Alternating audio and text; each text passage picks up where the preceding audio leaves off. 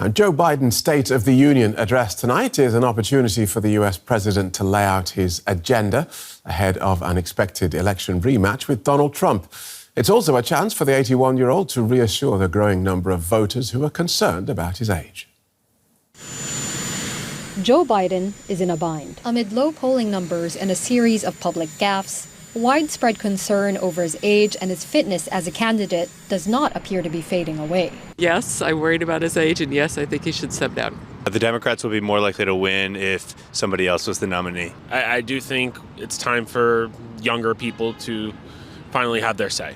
A recent poll conducted by the New York Times and Siena College shows that a majority of voters who supported Biden in the 2020 elections say he's too old to be an effective leader in a second term.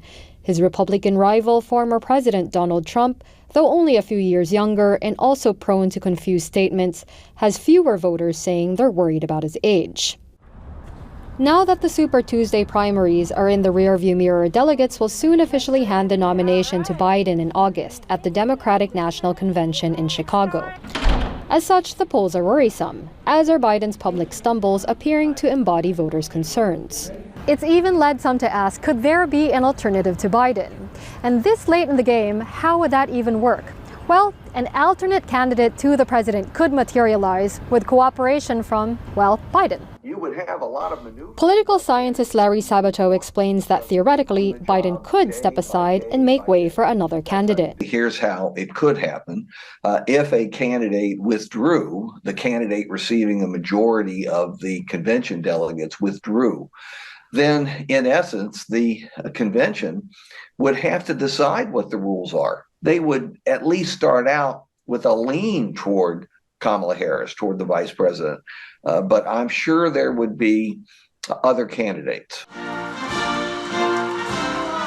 There is, of course, theory, and then there's reality. Biden is unlikely to ever step aside. He has spent his entire life trying to get to be president. And incredibly, at the age of 78, he made it.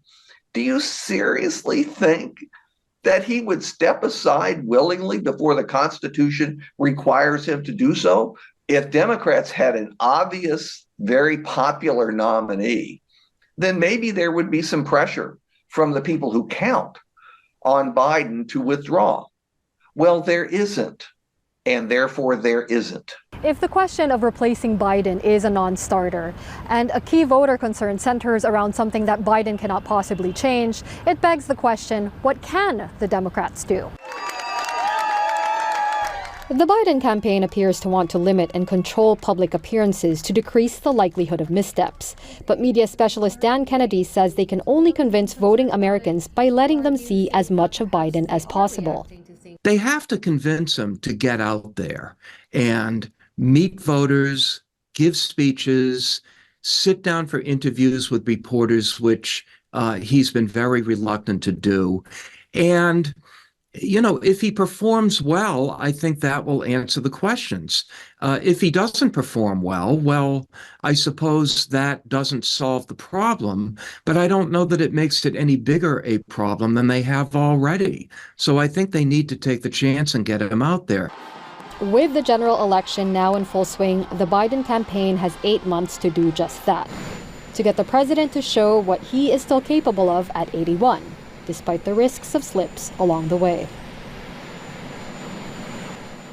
A report from Janelle Dumoulin, who joins us now from Washington. Welcome, Janelle. So, if the majority of Americans consider President Biden too old for a second term, what are the Democrats' non-Biden options? Well, Phil, there's what's possible, and then there's what's plausible or likely, and obviously one of those categories is wider than the other. If we're talking about what's possible, then it makes sense to look at the next natural candidate in line, Vice President Kamala Harris. But seeing that she's polling even more unfavorably than Joe Biden at this point, that doesn't make her a feasible non-Biden option. You know, there are any number of names in the Democrat Party that could be considered as potential heirs to Biden. Michigan Governor Gretchen Whitmer, Transportation Secretary Pete Buttigieg, the Governor of California, Gavin Newsom. But the fact of the matter is, any one of these people would have needed a lot more runway at a much earlier point. And in an electoral tradition where the incumbent almost always puts himself forward as a nominee, almost always runs for re-election, I guess the real answer to whether there's a feasible non-option Biden is really no, unless, of course, he steps aside, which we've established he is unlikely to do. OK. And why aren't we having this conversation about Donald Trump, who's only 4 years younger than Joe Biden? I mean, this is a fair question. So Trump has had his fair share of mental stumbles in public as well. I would say they make a comparable number of gaffes. So if Biden would confuse the leaders of Mexico and Egypt, Trump would confuse Biden and Obama, for example. But perception is reality here. And, voters, they really do perceive Joe Biden as much older than Donald Trump. Biden walks and talks slower. Trump just seems more robust. And fairly or unfairly, Biden's age is a problem for Biden in a way that Trump's age is less of a problem for Trump.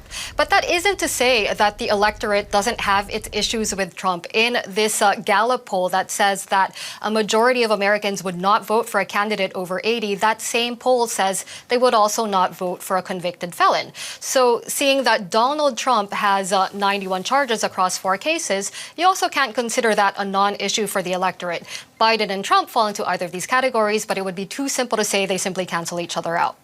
Quick word then about President Biden's State of the Union address tonight. I'm guessing he'll try and convince voters he's still fit for office. What are we expecting to hear?